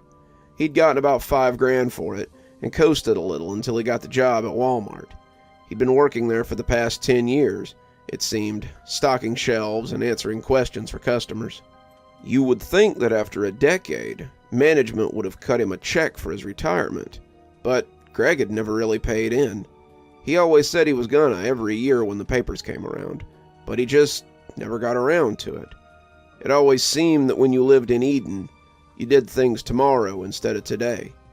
It seemed that when you lived in Eden, you always thought there would be more time. Stand up straight, Gregory. I'm not paying you to slouch. Greg sat up and stopped leaning on the glass cabinet that was full of blood testers and diabetes equipment. He'd been working at the drugstore for about 2 months, and he hated every minute of it. To his surprise, Abigail had indeed offered him a discount on rent, but only if he would work for the 14 hours a day that the shop was open. So, from 5 a.m. to 7 p.m., closed on Sundays, Greg stood behind the counter and helped old ladies pick out constipation medication or helped old gents find exactly the right size of Depends for their bony asses. It wasn't glamorous work, but it paid his rent and kept a bit of food on the table. Aside from selling drugstore things, the widow Abigail also sold a little bit of gas station food that was just affordable enough for Greg to avoid malnutrition. He had asked her once about an employee discount, and it was the hardest he had ever seen the old biddy laugh in her life. When the bell rang over the door, Greg looked up and smiled when he saw Patty coming in. Patty had been coming by the drugstore more and more often now that she knew Greg worked there, and she was a nice distraction from the monotony of his job. She had gotten a job down at the Quick Lube on Main Street, and it seemed that her hands were always caked in grease no matter how many times she washed them, her nail beds oily with the sweat of her labor. Abby glowered at the young woman as she came in, but she wasn't about to turn away a customer, even if most of her fare was to come and flirt with their only employee. Greg was not unaware of Patty's flirtation, but she really wasn't his type. Not that Greg had any right to be picky. He liked her all right, she was a good friend, but the thought of laying in bed with her in the way he had lain with some of the girls that he'd gone to college with made his skin crawl. His mother had always said, "Don't take anyone to bed in Eden, 'cause you're likely related to them," and he supposed it was something that had always resonated with him. "Did you get any of that lava soap I ordered?" Patty asked, and Greg reached under the counter and pulled out a brown bag with 3 bars of the funky orange soap inside. "I gave you the buy 2, get 1 free discount," Greg stage whispered, as he cast a suspicious eye over to the widow. "So generous," Patty said, pretending to blush. "Let me make it up to you after work and take you out for a slice of pizza." "Can't," Greg said somberly. "I'm doing inventory tonight. I'll probably be here till after midnight." Patty looked disappointed, but rebounded quickly. "Some other time, then?" "For sure," Greg said, and Patty paid for her soap and left with a little wave over her shoulder. "I don't know why you keep stringing that girl along, Gregory," Abby said as the door closed behind her. "She's the best thing you're likely to find in a dying town like Eden anyway," setting the barb like she always did. "My mom always said never take anyone to bed from Eden," Gregory said as the widow swept her way around the aisles, "because there was a pretty good chance you were related." "I'm not sure anyone in town would reproduce if they took your mother's maxim to heart," the widow said solemnly, going into the back to do some other sort of busy work. Greg let slip some of the words that his mother or the widow would have swatted him for if they'd been within earshot. He'd been going to Gino's to get his usual BLT and tomato soup, and the chicken noodle soup that the widow loved so much, for the last 2 months, and it had become a part of his daily routine. Miss Abigail had become fond of the soup since taking to her bed, and she didn't seem to complain as much when she had a bowl of it to hand. She'd been sick for about 2 months, and the doctor seemed to think that she might be for the rest of her life. It wasn't cancer or any of those trendy diseases that usually killed people. Nothing so grand as all that. The widow was suffering from regular old pneumonia, and it seemed like it was there to stay. He had come down to Gino's to get their lunch, only to find a closed sign on the door, and the windows dark and uninviting. "They left town last night," said a familiar voice, and Greg jumped as Patty startled him again. "He was just open yesterday," Greg complained. "The least he could have done was told somebody." Patty laughed at that. "Greg, I think you were the only one in town that didn't know that Gino's was closing. He was serving you, me, and your boss, and that was it. Everyone else is either too broke to eat there or already gone." Greg looked around and seemed to notice that Main Street was looking a little emptier than it usually did. There were more empty businesses than open ones these days, something that had started happening about the time the Walmart closed a year and a half ago. People had expected it to breathe new life into the town, but really it just stopped a lot of summer people from coming at all, and led to a lot of the businessmen that had been planning things in Eden to pull up stakes and leave town too. Greg could see people milling about as they went between shops, but they were like heat illusions as they moved listlessly between the few open places and the restaurants. "How many people do you think are left in town?" he asked Patty on a whim. "I'd say less than 5,000. Daryl's talking about closing up the grease pit and moving it to Perkins with his mother." Greg was shocked. He's operated that garage ever since he came back from the Gulf War. Yeah, and most of the guys who came to him to get their cars worked on or their oils changed were in the Gulf War with him, too. Most of them are dead, left town, or the government took their driver's license, and they can't drive anymore. "What will you do?" Greg asked suddenly, a little bit nervously. He was aware that Patty still had romantic intentions for him, and even though he didn't want to date her, he certainly didn't want to lose what was likely his only friend. "You think Abigail would hire me? I hear she's got a real slouch working for her right now." "Ha ha," Greg said sarcastically. "She might, but certainly not for anything you could pay your rent with. She hasn't been doing too well lately. I think..." He looked uneasily back at Gino's before finding the words to properly express what he was thinking. "I think she might be dying, Patty." "You could be so lucky. They say she came over in the wagons when they first settled this place. The Widow Abby is tougher than a boiled owl, and she'll probably outlive all of us." As Greg looked at the empty diner, he certainly hoped so. But in Eden, it often felt like you could shit in one hand and hope in the other, and see which one filled up quicker. "Gregory," the widow said as Greg blundered by on his way to the drugstore, "come in for a minute. We need to talk." Greg sighed as he turned to walk into her bedroom. This sounded like a "hey, I'm firing you" speech waiting to happen. Greg didn't understand how she could. He was her only employee. He basically operated the store by himself. If she fired him, there was no way she could get out of bed and man the shop by herself. She'd been living with the pneumonia for the last 5 months, and every day that dawned with Gregory hearing her watery cough was another day he knew he wouldn't have to call the coroner to come get her. As he pushed the door to her room open, he grabbed one of the masks from beside the door. He wasn't worried about catching anything from her, but what he might pass on to the frail old woman. The whole room smelled of sick, the sweaty aroma of a body too tired to take regular baths, the smell of old food that hadn't been removed, the stench from her bedpan that he would have to take with him when he left, and the wet smell of phlegm that she constantly hacked into a napkin. She breathed heavily, like someone whose lungs are full of lake water, and she smiled sardonically when she saw Greg. "You aren't quite as handsome as the young man I always pictured coming to take care of me after I outlived my husband, but I'm still glad to have you, Gregory." He smiled as he took her hand, holding it gently. "If you're well enough to be sarcastic, then I could really use your help downstairs," he said, enjoying their daily fencing matches. "I'm afraid there won't be anything to open for much longer, son. I just don't have the strength to go down those stairs anymore, and I fear it won't be long before I go to meet my first husband again." She coughed wetly into a napkin as she spoke, and Greg had the good manners not to snatch away his hand. "It sounds an awful lot like you're firing me," Greg said gently. "I suppose I am," she said, "but gently, I hope." "If you're firing me, it might be hard for me to pay you rent, and then I'm not sure how you'd pay the taxes on this place."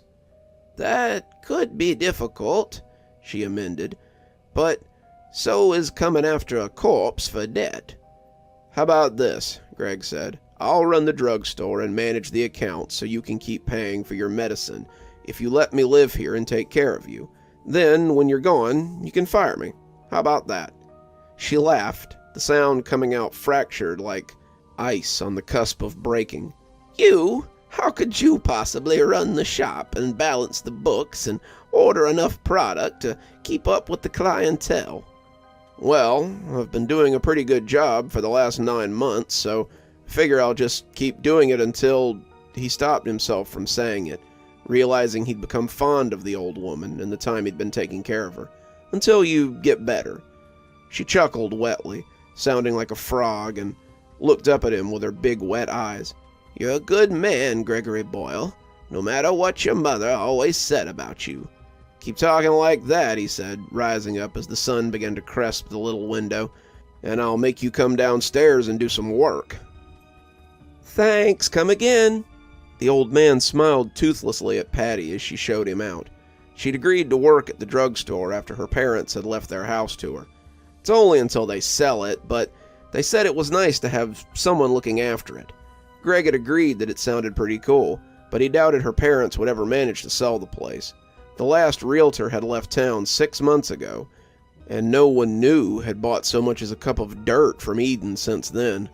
There had been some excitement when a company had purchased the old paper mill, but they had all come in with their trucks and stripped what they could from the factory before leaving. As far as Gregory knew, they had never been back. You're pretty good at being a checkout girl, Gregory said, grinning as Patty snorted at him. It's not like it's hard. Most of this stuff sells itself. There was a loud cough from the stairs, and Gregory turned to see Abby making her way slowly down them. She'd been feeling stronger lately, and Gregory had often found her stuck halfway down the stairs. He came to help her, chiding her as she sucked in air soupily. You're gonna kill yourself like that. You're a little stronger, but don't push it. Nonsense, she rasped. This girl needs proper training. With you to teach her, she'll develop all sorts of bad habits. I've got it, Miss Abby. Patty's no slouch. She knows how to do customer service. It was basically all I did in the automotive department of Walmart, Patty added. The widow scoffed. That place wouldn't know customer service if it bit 'em. But she began to cough more as she elaborated, and Greg had to hold her up as it racked her body. Come on, let's get you to the rocker out front. You can greet the customers as they come in and maybe get a little sun. I don't want them to think I've got the Halloween decorations out early. She started to protest, but the sun really had done wonders. The doctors had expected her to succumb to her illness months ago, but it was coming up on 2 years and she was still puttering along. He wrapped her in a blanket and sat her in one of the rocking chairs that dotted the front area. She shivered amidst her layers, the slight breeze reminding Gregory that fall was almost here. He had just gotten her settled when an older woman in a thick shawl approached the shop. Good morning, Miss Laurie. What brings you here today? The old woman gave him a wave. Just came to get the last of my prescriptions to take to Heavenly View. I'm moving at the end of the week, and they want a list for their physician. I'll get it for you, Abby rasped, but Greg told her to sit as he went back inside to get the envelope. Losing Miss Laurie to the nursing home would be quite a blow to their business, but Greg had been expecting it. After her husband died, Miss Laurie became a shut-in. She only left the house to see her doctor or fill her prescription, and this was the first time they'd seen her in weeks. As Greg came back with the envelope, he caught the tail end of their conversation. I'm sure they have room for you, Miss Abby. You could relax with the time you have left and not have to struggle so much. There are people there to help you, and I'm sure Gregory could watch your shop for you. It sounds awfully nice, Abby said softly, but I just don't think I can leave Gregory on his own. He depends so much on my wisdom. Miss Laurie took the envelope, wishing Abby and Gregory the best as she made her way home. The streets were a little less empty today, but the people taking in the sights were nothing but bored locals trying to kill some time. The cars leaving town became fewer and fewer, but that was due in part to the number of residents becoming less and less as well. Greg saw less than a dozen people on a daily basis now, and as the oldsters he'd taken for granted went to either Heavenly View or their heavenly home, their business suffered. Greg watched her go, seeing the potential end of her business as the beginning of the end. Greg flopped onto the rocker in front of the drugstore, his breath coming in deep, grateful lungfuls. All around him, chaos reigned, but its conquest was coming to an end. The fire trucks had taken longer than expected to arrive. Edan's own fire department being little more than 2 volunteers these days. They had both been at home when the fire started, and they had arrived only a little before the trucks from Perkins. It could have been a lot worse. Would have been, in fact, if Greg hadn't smelled the smoke and called for help. As it stood, only 6 buildings had been burned out, their gutted husks looking forlorn in the blinking lights of the fire trucks. Another 4 were damaged, but all 10 had been empty, except for the hardware store. Greg could see Gabriel sobbing quietly on the porch of his father's legacy, the rustic old shop now a burnt cinder that would never rise again. Greg wanted to go to him, especially after all the work he'd done to keep the rest of Main Street from burning, but he was too bone-weary to do much else but sit and be glad that he wasn't crying over a burnt husk too. It had all started at the old ice cream parlor. The building had been abandoned for years, closing up shop right around the same time the Walmart had. That had given the rats that now occupied the space plenty of time to chew on the wires and ruin the electrical box. Greg couldn't prove that that's what had started the fire, but when the smoke woke him up, the peeling white exterior was in full blaze. He'd called the fire department and been redirected to the station in Perkins. As he came out onto the porch, Gabriel was already using one of the big wrenches to pry open the fire hydrant. "Help me!" he gasped through gritted teeth, and as Greg took hold of the wrench, the two had water shooting out in no time. They had just managed to smother the worst of the fire at the parlor, when the empty store beside it blazed to life. The next hour became a series of tossing water onto smoldering buildings, only to see the one next to it go up in flames. The old buildings were just so dry, and the summer had been a hot one. The wooden storefronts were little more than kindling to the hungry flames, and even some of the brick fronts began to smoke as their windows shattered from the heat. The trucks showed up, after the 2 men had been joined by a pair from the gas station down the road, Greg having played firefighter for half an hour by that point. The firefighters looked miffed that the 2 had opened a hydrant, but they hooked up anyway, and seemed better equipped at dousing the remains of their once beautiful Main Street. As the trucks rolled away, Greg squinted at the first light of dawn as it crested the broken pavement. He staggered inside, reaching to turn the sign around before realizing the futility. There would be no business today, not with all the smoldering buildings on the street. "Abby, I don't think we're opening up shop today. I'm bone weary, and debris is going to make it impossible to get up the street." He expected her to rasp at him. She was always up early, but he heard nothing.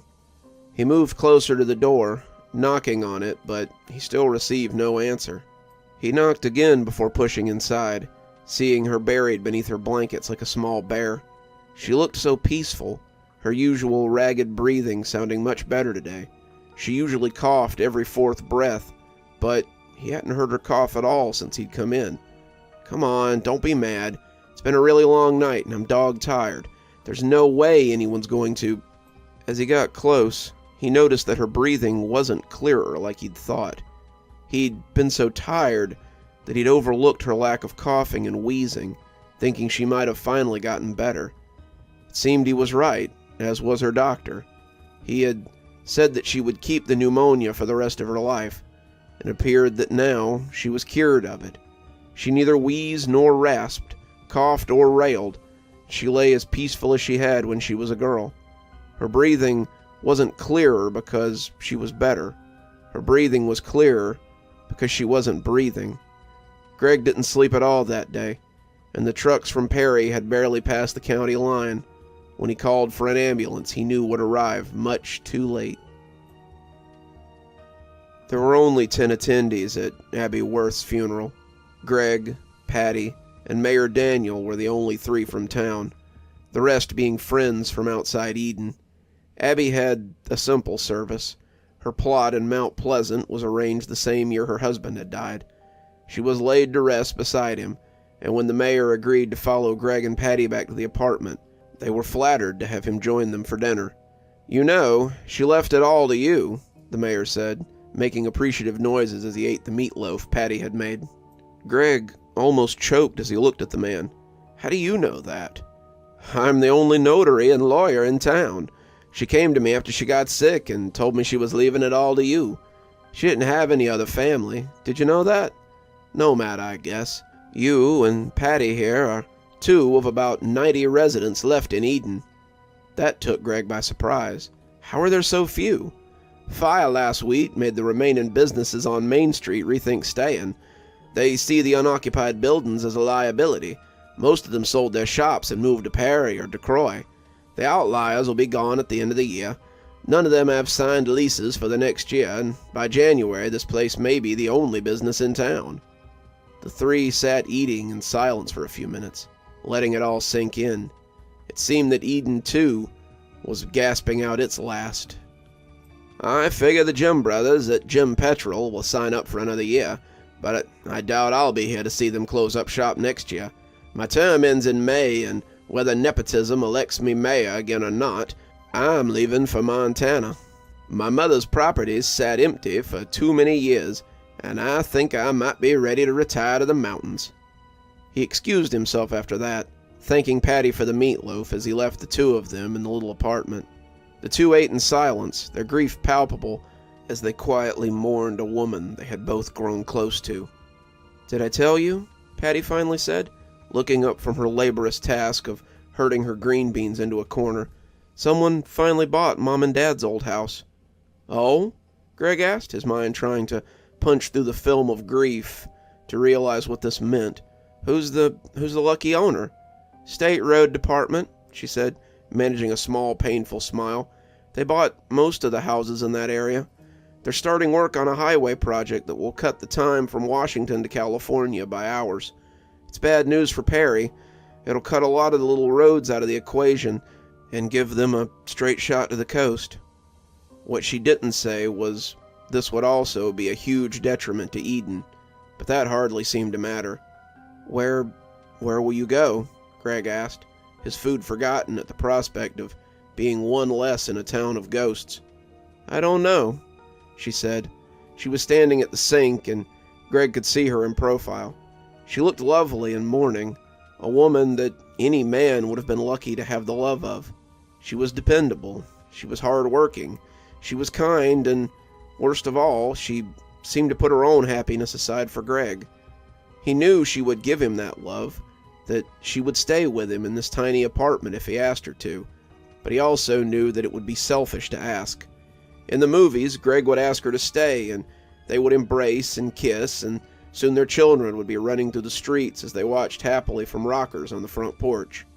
She seemed to be waiting for just that, but Greg couldn't give it to her. She deserved more than Greg's empty companionship. Patty deserved something more than Greg's fumbling platonic feelings. She told him good night a few minutes later, taking her Pyrex dish and leaving through the familiar stairs. Even in his grief, now elevated by the loss of his friend, Greg wasn't blind to the sobs she tried to muffle. Greg came awake like a hibernating bear, the loud banging on the door enough to wake the dead. Someone was really walloping it, too, slamming their fist against it hard enough to rattle the glass, and Greg came tentatively out of bed. He was wearing only a shirt and jockey shorts, his mid-30s belly hanging over the waistband as he crept from the bedroom and into the living room. He reached for the fire poker as he came, afraid that the empty town might have attracted teenagers bent on helling. They would have seen the lights in the bathroom upstairs and decided to shake the cages a little, and Greg wished he'd thought to grab his shotgun before leaving the bedroom. He came down the stairs in a slow, jerky walk, the pounding not stopping in the least bit. Whoever it was calling his name, too, which was a little off-putting.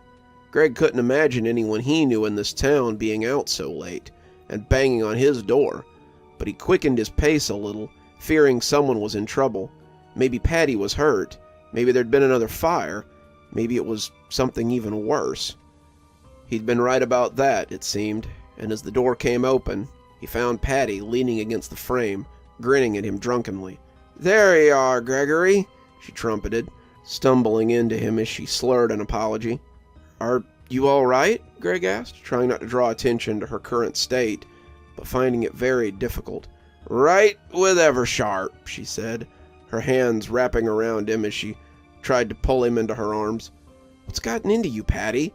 Greg asked, though it was pretty clear what had gotten into her. As if in response, Patty pressed her lips against his, silencing his upcoming protests. Her Her tongue was warm and wet as it tried to invade his mouth, and Greg struggled as he tried to push her away. His skin was covered in goosebumps, and he was shuddering as she leaned closer to him. He could taste the alcohol on her breath, and it was making him gag. He didn't know what she'd been drinking, but it was stronger than anything he was familiar with.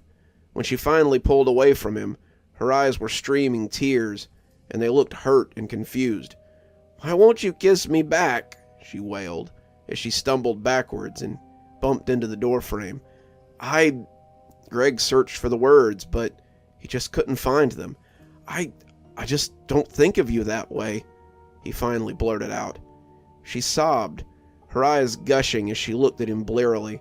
She was drunk and confused, and clearly this had made more sense before she'd come to his home in the middle of the night.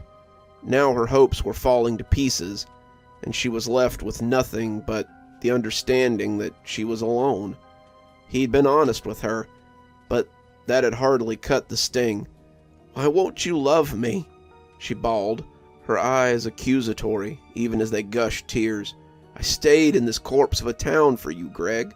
I worked at a place that barely paid for my groceries and lied to my parents when they wanted nothing but to send me back to college. And for what? I love you, Greg. I've loved you since we were kids. Why won't you love me back?"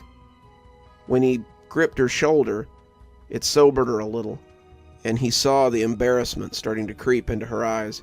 "I do love you, Patty. I love you too much to let you settle for someone who doesn't love you the same way you love them. You deserve someone who will love you as deeply as you love me, and I can't do that. Go. Let your parents send you to college. Live the life you deserve. Find someone who will care for you the way you care for me." It was morning before she sobered up enough to leave, and the two had a long talk. Patty cried a lot, Greg finding his eyes too dry for tears. She didn't sway as she left, the alcohol having been burned away by her despair. Greg watched her go, and went to bed as the sun filled the apartment with light. Tomorrow would be Sunday, the only day Abby let them close the store. He'd take tomorrow to mourn, and then open the store on Monday. It seemed appropriate somehow to take a day for himself before getting back to the only thing he was good at. Greg sat on the front porch of Abby's Drugs, the snow coming down as it coated the cracked and pitted streets of Eden. It had been 20 years since the widow Abby Worth had passed, and he was still living in Eden, if you could call it living. His hair was now the silver of falling snow, his eyes not as good as they had been, and his legs shook a little when he walked. That didn't stop him from tending the garden that he'd begun growing on 5th Street, or the other on 6th Street, that had borne corn every year since Patty had left. He had a letter from her somewhere upstairs, in the drawer where he kept his prized possessions. She had sent a few others, a wedding invitation, a birth announcement, and a few Christmas cards, but he hadn't received anything from her in 4 years. She would be old too now, and Greg wondered if she might have died. He coughed as he watched the snow, bending double into the rocker as he spat phlegm into it. It sounded as bad as the widow's had, and he didn't need a doctor to tell him that he was dying. It had started as a cough, just a dry thing that was better some days than others, but it had grown wet and rough, and now his breathing was soupy and worrisome. He supposed it would probably kill him, and he found that the idea didn't bother him all that much. He could feel the cold weight of the gold key he wore around his neck, and he smiled as he thought of the day Mayor Daniel had come to say goodbye. He had lasted longer in the town than he'd thought, outlasting the Jim brothers by a whole month. Their contract with Exxon had been canceled when they couldn't pay their gas bill, and without the gas, they had packed up shop and headed to parts unknown. By then, there had been about 60 people on the outskirts, and no one in the town proper. Days would go by between people sightings, but there were still a few who came to the drugstore. It wasn't until the outlying farms and lands began being annexed by the surrounding towns that Mayor Daniels had decided to leave. Greg had looked up when the bell rang and nodded when he saw Daniels walk in. "Something ailing you, Mayor?" he asked, but the graying man had shaken his head.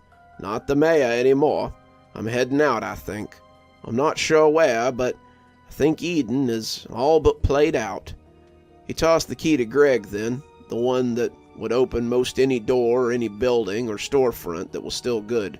The mayor's office, the sheriff's office, anything else the town deemed the mayor worthy of guarding. "Guess now you're the mayor, the last mayor of Edan.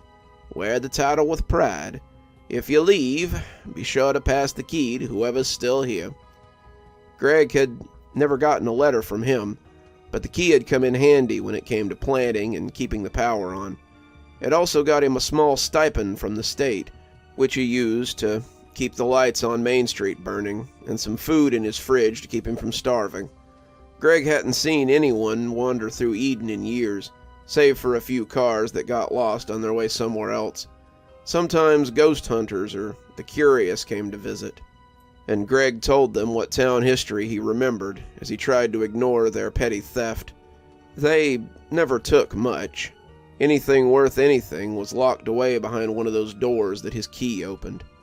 He supposed they would have it after he was gone, if they didn't mind a little grave robbing or corpse rifling. He coughed then, and when he took his hand away, his palms had red on them. As he looked down Main Street, he could see the collapsed remains of the old Walmart as it hunkered like a tired dog. He remembered standing outside it as he watched the trucks roll away, and it seemed like 1,000,000 years had passed since then. People called Edan a ghost town, and they weren't wrong. As Greg looked up and down the street, he imagined all the ghosts who must reside here. He watched a gaggle of old ladies wandering up the road towards the Baptist church that had burned to the ground 3 years ago during a lightning storm. He saw some school kids laughing up the road as they headed for the ice cream parlor that had started the fire all those years ago. He saw 4th of July parades, Christmas tree lightings in the square, summer days that ended with the sound of cicadas, scarecrow contests that the mayor had resided over dutifully. Greg thought he saw Patty and Abby waiting for him, and as the rise and fall of his chest slowed, he wondered if he might love her in the hereafter, as he never could in life. As he watched the snow come down around him, and the swish of his chair became slower and slower, he supposed he would find out.